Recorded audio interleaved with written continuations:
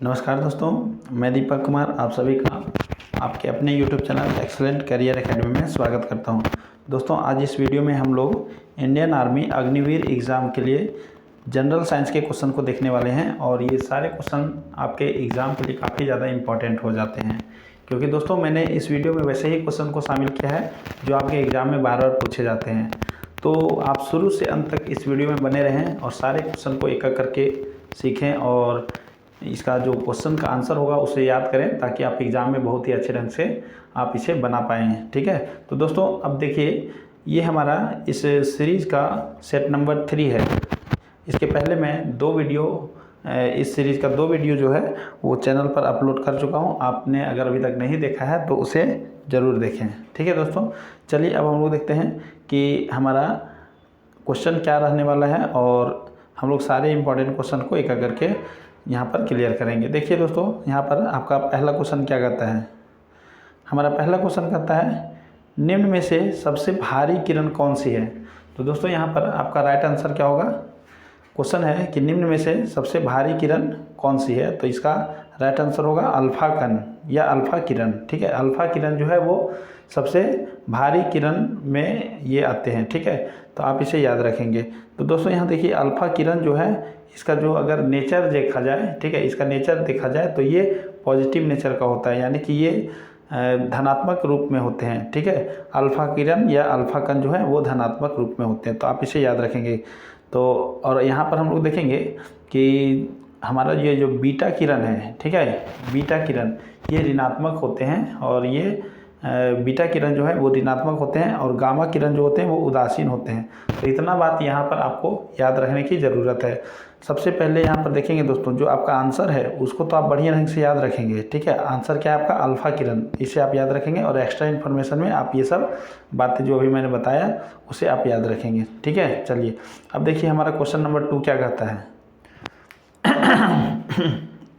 हमारा question number 2 क्या कहता है, देखिए दोस्तों, क्वेश्चन नंबर 2 कहता है BCG, ठीक है, BCG टीके का उपयोग किसकी रोकथाम के लिए किया जाता है। तो दोस्तों BCG टीके का उपयोग किसकी रोकथाम के लिए किया जाता है। तो दोस्तों इसका राइट आंसर क्या होगा दोस्तों, इसका राइट आंसर है तपेदिक।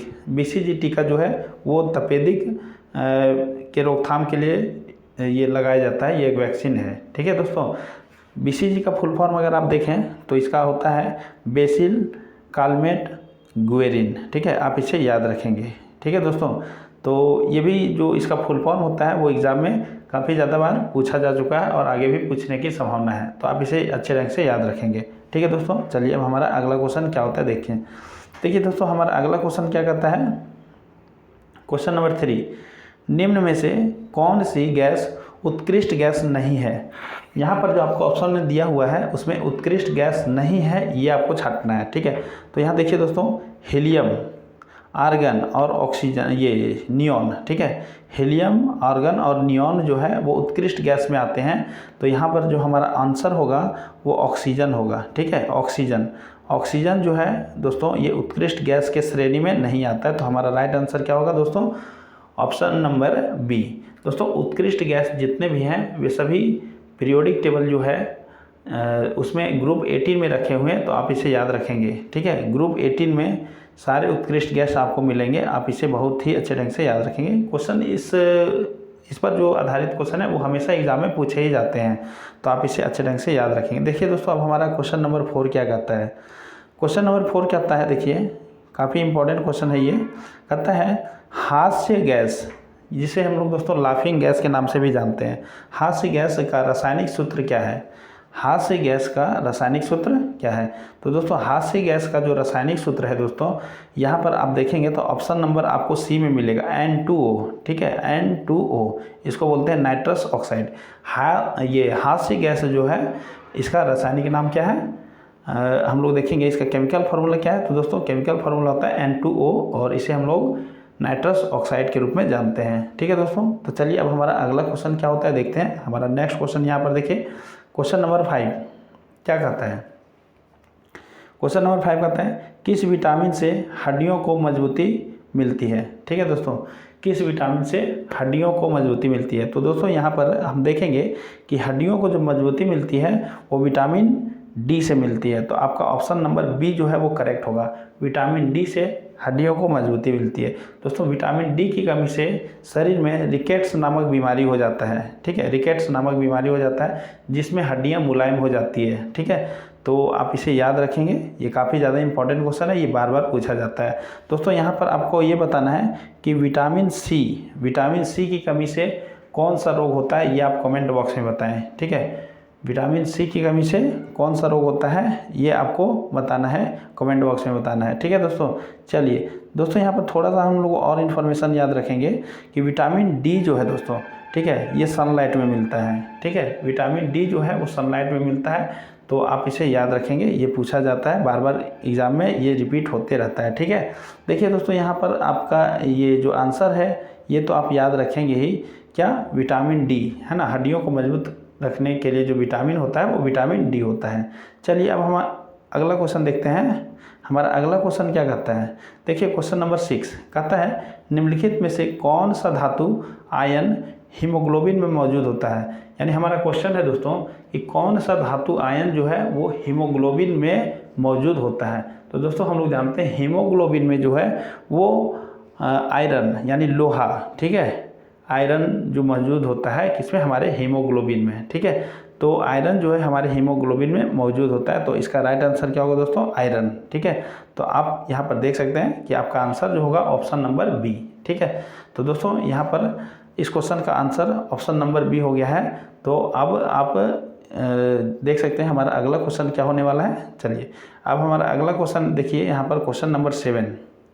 क्वेश्चन नंबर 7 क्या कहता है, देखिए स्टेनलेस स्टील बनाने के लिए दोस्तों, स्टेनलेस स्टील बनाने के लिए किस धातु का उपयोग लोहा के साथ किया जाता है। स्टेनलेस स्टील बनाने के लिए लोहा के साथ कौन सा धातु मिलाते हैं, ये आपका क्वेश्चन है, ठीक है। तो देखिए दोस्तों यहाँ पर आपका राइट आंसर होगा क्रोमियम। स्टेनलेस स्टील बनाने के लिए लोहा के साथ आपको क्रोमियम मिलाना पड़ेगा, ठीक है दोस्तों।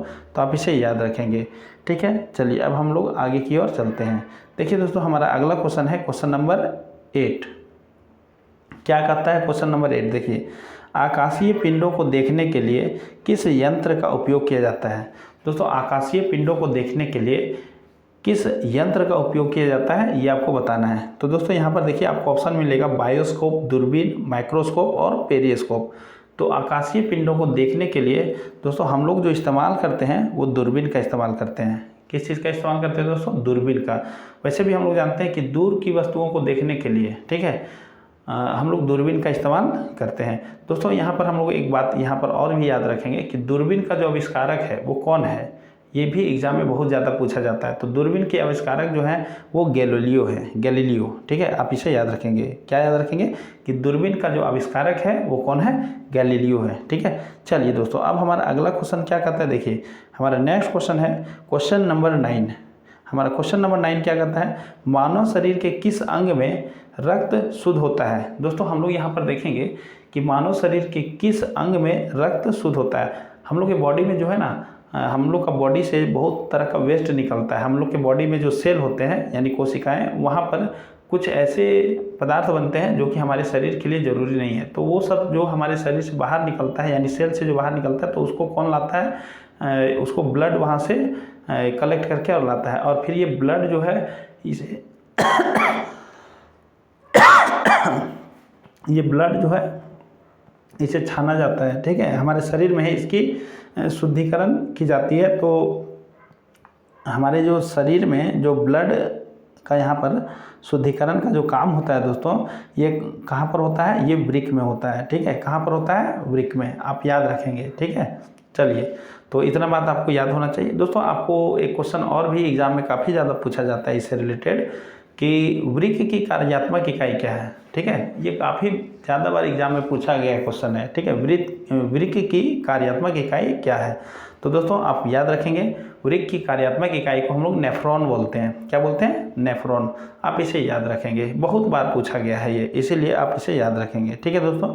चलिए अब हम लोग आगे की ओर चलते हैं। हमारा अगला क्वेश्चन क्या है, क्वेश्चन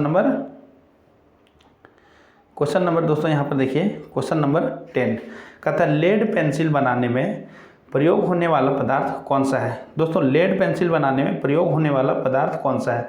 तो लेड पेंसिल बनाने के लिए जो प्रयोग में लाया जाने वाला पदार्थ होता है दोस्तों, इसको हम लोग ग्रेफाइट बोलते हैं। तो आपका राइट आंसर क्या होगा? ग्रेफाइट। ठीक है, ग्रेफाइट जानते हैं दोस्तों कि ये कार्बन का एक अपर रूप है। ठीक है, कार्बन का क्या है? एक अपर रूप है, यानी कार्बन का ही बना हुआ पदार्थ है। और हम लोग जानते हैं दोस्तों कार्बन एक क्या है? अधातु है। ठीक है, कार्बन क्या है? एक अधातु है और इससे बना हुआ होता है ग्रेफाइट। और सबसे मज़े की बात यहाँ पर यह है दोस्तों कि अधातु जो होते हैं वो इलेक्ट्रिसिटी का कंडक्शन नहीं करते, यानी ये करंट को ढोने का काम नहीं करते हैं। लेकिन अधातु का बना हुआ ही मटेरियल, ये जैसे हम लोग देखेंगे ग्रेफाइट, और ग्रेफाइट जो है वो इलेक्ट्रिसिटी को ढोने का काम करता है। तो आप ये इसे अपवाद में भी रख सकते हैं। ठीक है, चलिए, तो आपसे अगर पूछा जाए क्या ग्रेफाइट इलेक्ट्रिसिटी को ढोने का काम करता है, यानी इलेक्ट्रिसिटी को कंडक्ट करता है, तो आपका राइट आंसर क्या होना चाहिए दोस्तों? हाँ। ठीक है, तो यहाँ पर इसका आंसर भी जो है वो ग्रेफाइट है, आप इसे याद रख सकते हैं। ठीक है दोस्तों, चलिए अब हमारा अगला क्वेश्चन क्या होता है। देखिए हमारा अगला क्वेश्चन है क्वेश्चन नंबर 11। ठीक है, हमारा क्वेश्चन नंबर 11 क्या कहता है? देखिए क्वेश्चन नंबर 11 कहता है मेंडलीव के आवर्त सारणी किस पर आधारित थी? दोस्तों मेंडलीव का जो आवर्त सारणी, ठीक है, मेंडलीव जो आवर्त सारणी बनाया था वो किस पर आधारित था? तो इसका राइट आंसर होगा दोस्तों परमाणु भार।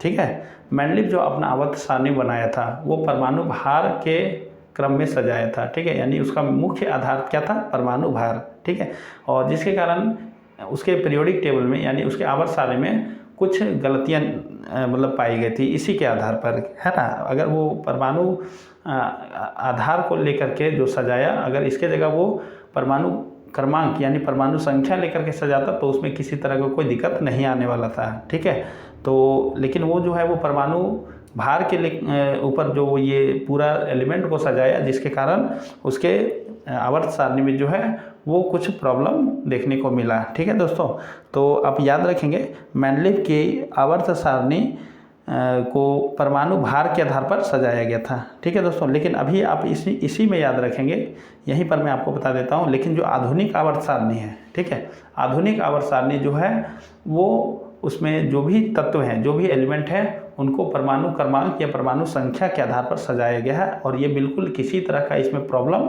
नहीं देखा गया है। ठीक है दोस्तों, तो आप ये याद रख सकते हैं कि आधुनिक आवर्त सारणी को जो मतलब इसमें जो तत्वों को सजाया गया है वो किस आधार पर सजाया गया? परमाणु संख्या के आधार पर। और मेंडलीव का जो आवर्त सारणी था उसमें तत्वों को किस आधार पर सजाया गया था? परमाणु भार के आधार पर।